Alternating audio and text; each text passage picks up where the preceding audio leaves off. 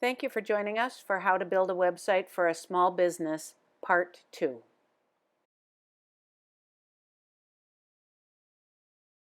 So yesterday, just a quick recap, we went through website builder and hosting options from free through to the paid options and the difference between service to paid options and self-hosted options, what to look for in hosting company, and some guidance on where to go to get that information, domain registration, and where to register your domain, how to get started with WordPress itself, and then looked at what's an SSL certificate, what are the security options that you need to consider, and the different options for email that you can get from your host or otherwise.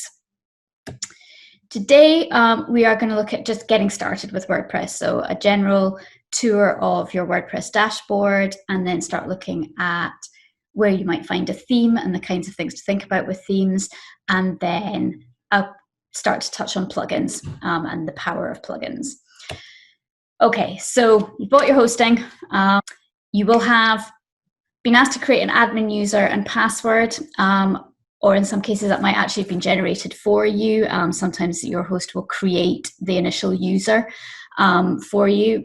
And from that, you can log into your WordPress dashboard. To do that, you need to go to yoursite.com or whatever your URL is, /wp-admin.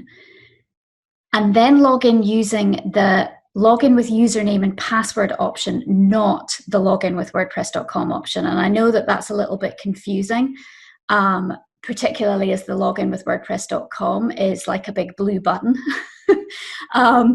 But really, you need to log in with your username and password. What's the difference? Well, you will probably need a WordPress.com account, and it's likely that as you create your WordPress installation, one will be generated for you anyway. And if it isn't, you can very quickly set one up. You need a WordPress.com account so that you can unlock some of the functionality that you would get with a free WordPress.com site on your self-hosted site.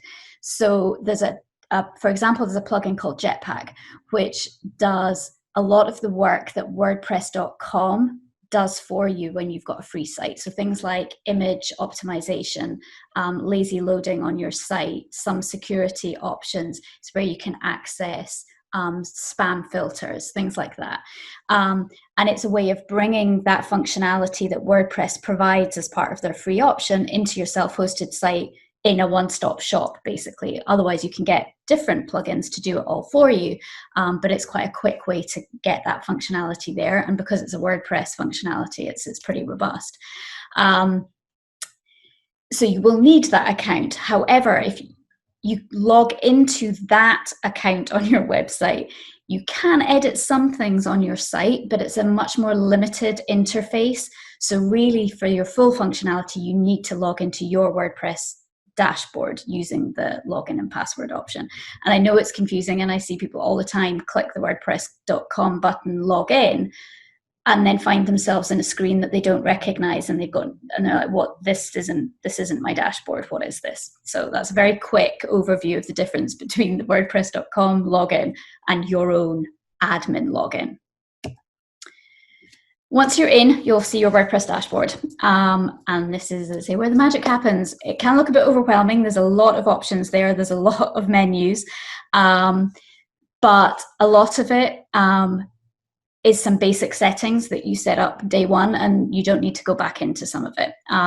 There are areas that you will be in and out of all the time: pages, posts, your media library, some of your plugin functionality. So there are areas that you will go into a lot. There are other areas where you might not. You might go and set it up initially, and then that will be it. So first of all, we're going to look at some of the functional settings in your dashboard. Okay, so this is what you'll see. Your dashboard is, you can move things around on this, and you can choose what displays in your dashboard. It's kind of your first view of your site, so it's a good place to put some of the summary information that you find most useful. So here, for example, this is our SDM one, and our stats are one of the first things that you see. You can put anything there that you want. Some of your plugins will have like reporting functions there, that if that's what you're interested in seeing.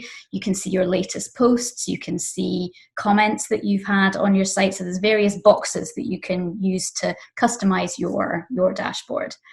From here, you can, in terms of a global sense, you can edit your users, you can add users. And this is the first view that you would see when you go into your WordPress dashboard.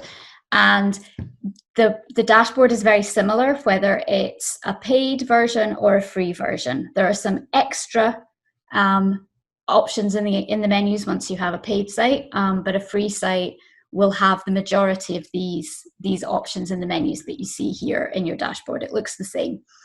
From here, you can add users, you can edit user settings, you can create and edit posts and pages, you can access your media library, upload images, upload videos, other types of content. You choose your theme from here, and you can customize your theme from here. How much you can customize it will depend on the theme that you choose, and we'll take a look at that a little bit later. And here, if you're on a self-hosted site, this is where you would add plugins for extra functionality. For example, things like a shop or an events calendar, galleries, things like that. You can have any number of users on the site that you want. For some bigger sites, you may have a number of different types of users. So you'll always have an admin user, at least one admin user who has full access to the site. And they can obviously create new users. Underneath that, some sites may have editors, they may have contributors, they may have authors who have limited access into the site in order to be able to make the contributions that they need to do. So you create users and you give them a role, and then you create a profile for them on the site. Your profile will include things like your author name, the email address associated with that user for receiving notifications from WordPress, your gravatar, your image that displays beside your name in things like author profiles. And you can also change passwords here. It will auto-generate really strong passwords for you, which will be a random combination of numbers, letters, symbols, but you can create your own passwords that are potentially easier for you to remember. The one thing I would say, though, is with something like a website where preventing people from accessing it who shouldn't, i.e. hackers, you really want to have a good, strong password here. So make sure that any users on the site have strong passwords. And it can be a good idea to update those reasonably regularly, particularly if you have more than one person accessing the site. That password is really important, because you will see, one of the things that you'll start to see when you're looking at your dashboard is the number of brute force attacks that have been stopped by various plugins. And you can see how many attacks will come on even tiny little websites that you think nobody would care about. Someone out there will be trying to log in. They'll log in with the username admin. That'll be their first try. Will be the username admin, so perhaps do not use that as your username, and then they'll start randomly generating passwords. So obviously the stronger your password is, the better. And speaking from personal experience of having had strong passwords and still being hacked, you really do not want to be hacked. It's an absolute pain to clean up a site that's been hacked. So anything you can do to prevent that is well worth doing. So no password 123s on websites. In your settings, there are some, again, global settings that you need to make sure are correct. Things like the time and date settings for your site. You need to make sure that you're in the right time zone so that any of your content is time-stamped in the right way. If you are including dates on things, you want them to be in the format that you want. There are other things like membership settings and stuff, which for most cases aren't needed. You would just leave them blank. Under the writing, reading and discussion options in there, you can set things like the display settings. Are you using excerpts or showing full content on news posts? What are the comment settings? Can people comment on your site? Are you moderating comments? How are you moderating them? You will be able to see what your default media image sizes are in there. Each theme will have default sizes. The WordPress settings, they generally set a thumbnail of 150 by 150, the 300 by 300, which is what they call a medium image, and a large image. But then your theme may also have a large image version, which might be larger than the standard WordPress large image. So it's worth having a look in there, because when we come on to image optimization, that's something that you need to think about. There's also the option to change your permalink structure. It defaults, because WordPress started as a kind of blogging platform, it defaults to including the date in your permalink structure. So that means that it will be yoursite.com / the date and then / the name of the piece of content. So if you're publishing a post, pages will be yoursite.com / the page name. But any posts that you publish, like news articles or, you know, kind of update articles that you publish as a post, will have a date in them by default. It's a bit of a pain to get rid of them down the line if you decide that you don't want your content to be dated. So if that's something you don't want, change it before you start publishing content, because otherwise you'll have to redirect all your old content to a new permalink without the date in it. So that's under the permalink structure. And I'll do a little bit of a live poke around in a minute just to show you a bit more detail of some of these settings. There's also sharing settings in there, which we'll talk about social media and SEO and in more detail on another day. But that's one of the settings that you can set in here, is making sure that you have all your social media channels in there associated with your account, and you can use that to publicize content automatically from WordPress if you choose to. Under tools, this is quite an important one, particularly if you are importing or exporting data from your site. So choose to move hosts, then you would take an export of your old site from this area, and then into your new site you would import that information. So that's something you only ever really use once, but that's where it hides under tools, and it's quite an important functionality that you access from your dashboard. There's a site health in there, which is quite handy. It points out anything that you maybe need to take a look at if it's noticed, things like redirects, anything like that. It will highlight if there are any improvements that you can make to the site. And it's also where you can export and erase personal data. And this is to do with data protection regulations in terms of you handling data that's associated with other people. So anybody that submits any information on your site, even if it's leaving a comment on a post, that will include their email address by default, because it's the way that WordPress helps to cut down on spam comments on your site, making sure that people are real. They need to leave an email address. That means that you have that email address. Anybody has a right, in the European Union and now California, has a right to ask you to remove any data that is associated with them. So WordPress now has tools built in to make that easier for you to do. So that's why that's there. Okay, so before we go into this, I'm actually going to just do a little poke around in a dashboard, just to show you a little bit more of what I was talking about there. So we've just looked at, so in here in users, there you go. So if you go into, this is where you would go in and add a new user, for example, and you can see the types of things it's going to ask. You'll need a username, an email address, and it will set a password for them, and then you can say what role they have on the site. Your profile, the kind of things that you can update in terms of your personal profile, and this is an interesting thing, you can decide how you see your dashboard. You can change the colors if you want. You can also have a nickname. You can have what your name is displayed publicly as. So if you want your author name on the site to be different than your admin username. So this is where I'm talking about maybe choose a username that isn't your website name, for example, so that you're disconnecting that user, again, from a malicious attempts to get in, from what your author name is, because that's going to be the next thing they try after they try admin. So you can choose how you display your name.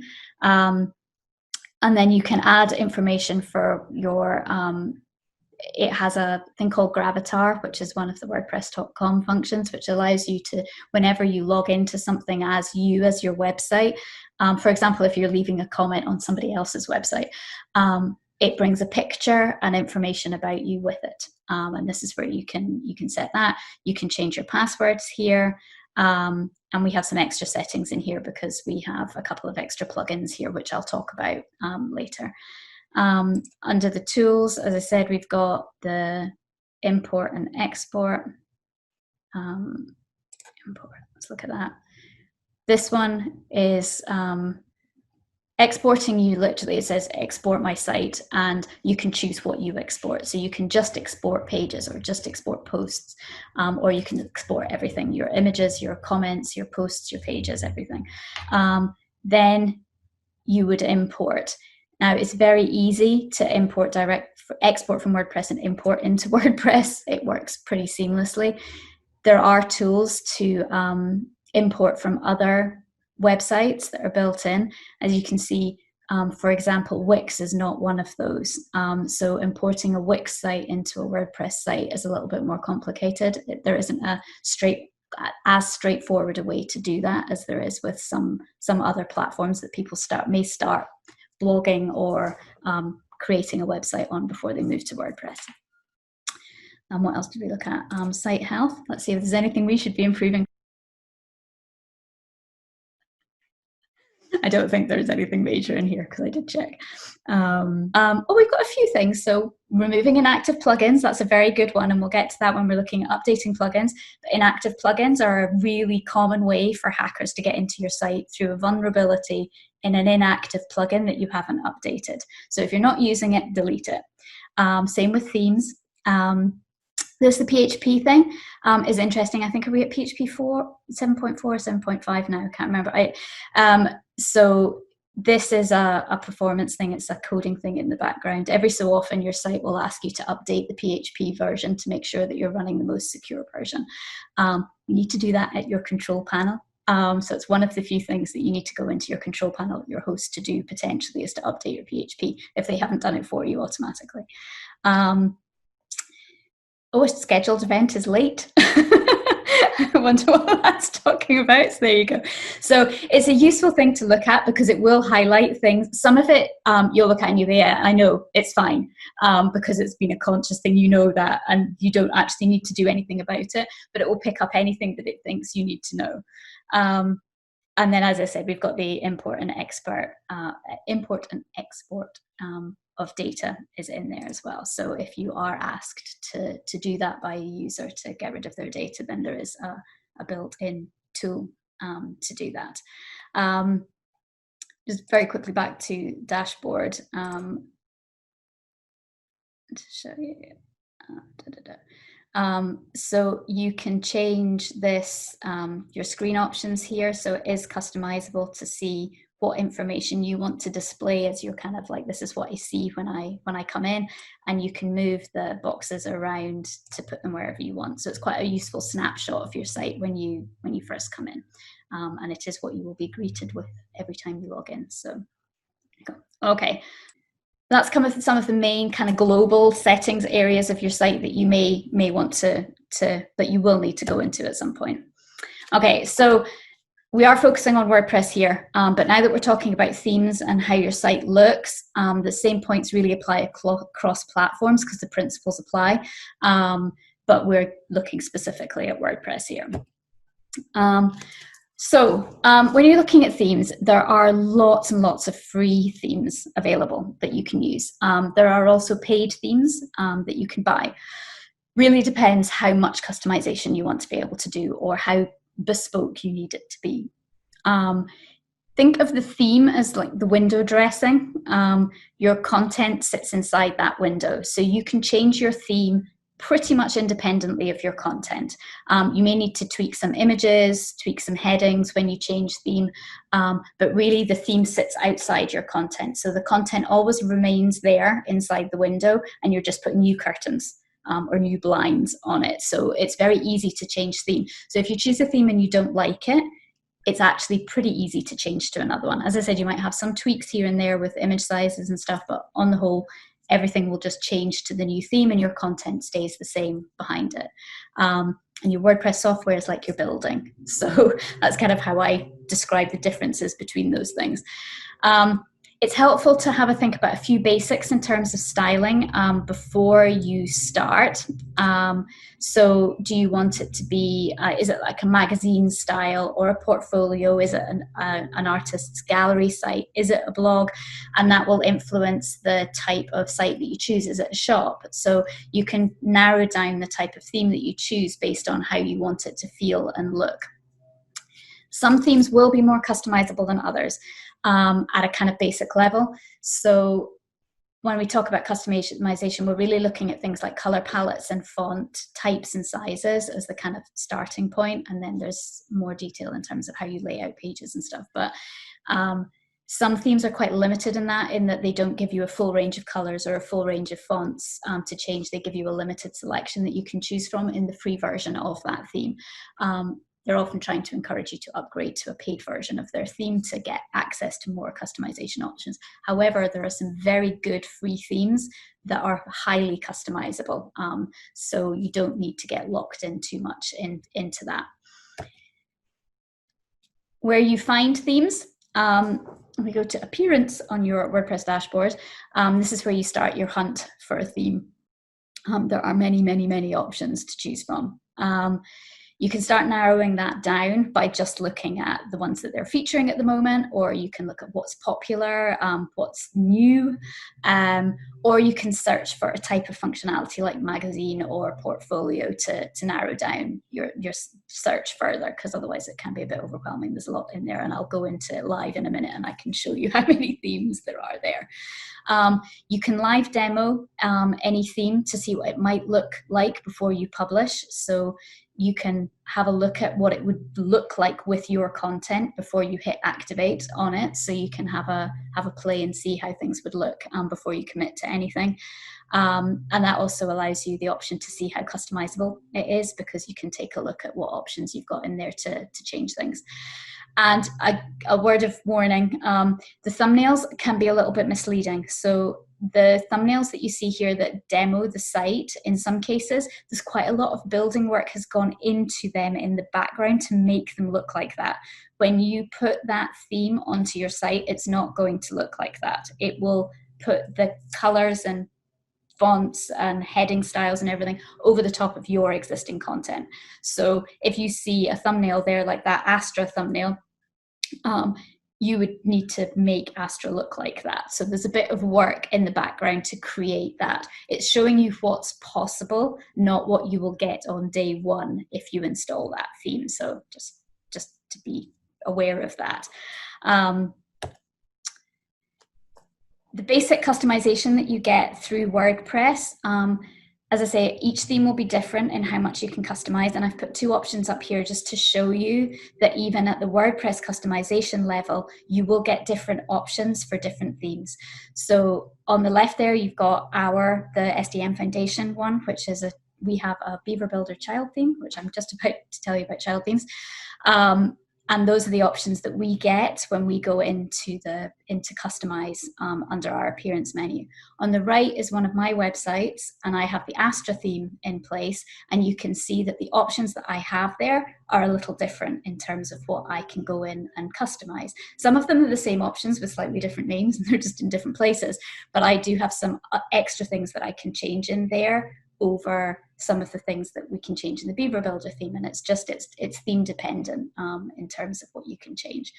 As I've said, you can change things like fonts and colors. You can also change how your homepage looks. Is it a static page or is it Does it update on a daily basis? And when we look at actually building pages tomorrow, I'll talk about that in a bit more detail. You can change how your archives look. So this is things like if you do a search on your site for a topic, for example, and it displays how it displays that information back to a user. You can create sidebars, footers, decide what's in them, and look at your menu structures from there as well. If you can't change something that you want to change, try another theme. Or you can install a page builder, which we'll look at in more detail tomorrow, which allows you to change far more than the basic customization may allow you to change in the theme. Okay, and just a quick note about child themes, because it's a term that you might hear.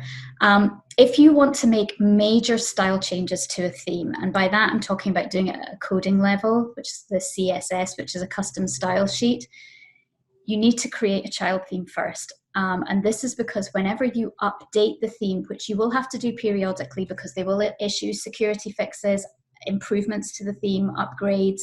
There are a number of reasons why they might issue an upgrade to a theme, and you need to install that. It will overwrite any changes that you've made to the style sheets on the core theme. So if you go into the core theme and you create a new heading type, or you change a color somewhere in the theme because you couldn't change it at a customization level, you'll lose those changes if you haven't created a child theme.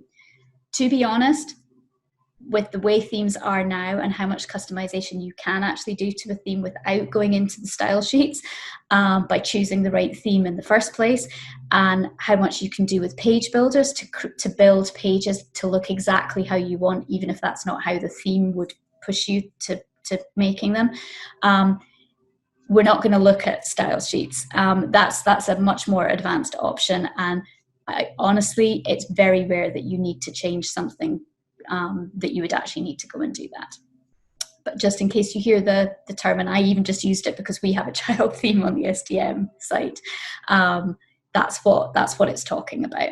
For most users, you'll be able to do what you want to do by finding the right theme for your site and customizing that. So there we talked about appearance, which is here on your menu. And first instance, we go into themes, and this is where you would find your themes. First of all, it would take you to the themes that you've already have installed on your site. When you install WordPress first, you'll get the most recent WordPress own themes, and they do them by year date. So there's 2012, 2013, 2014. They're likely to install 2019 and 2020 automatically on your site, kind of comes with it. You can use them, or you can choose to use another theme. It just, because of the latest WordPress default themes, they tend to add them when you install WordPress. If you want to look at adding a new theme, let me go into Add Theme, and then we can scroll through lots and lots and lots of themes. So here we're in Featured right now. If we go into Popular, 3,892 themes to look at in Popular. So it can be very overwhelming, which is why it's a good idea to have an idea of the type of site look that you might want before you start, or you can very quickly get quite overwhelmed. You can also often look at other people's websites. If they're just using a standard WordPress theme, it will often say in their footer what the theme is. Because there'll be a copyright thing in the bottom, and it will tell you where the themes come from. So that can be a good way of helping to narrow down your search as well. So that's, there are many sites, many themes that you can look at. There are a few very good basic themes that are quite clean and quite simple, that are a good starting point. The Astra theme is one of those that's a very simple theme to begin with, so it doesn't have a lot of fancy stuff in it already, which makes it quite easy to customize. It's also one of the favorite themes of one of the big page builders, so they're quite heavily linked together, so they work very well together. So that's another thing to consider if you want to potentially customize your site more. Then there are some themes that are designed almost to go with certain page builders so that they work very well together. So that's something to consider, and something to take a look at, and obviously something that we can talk about in more detail as well.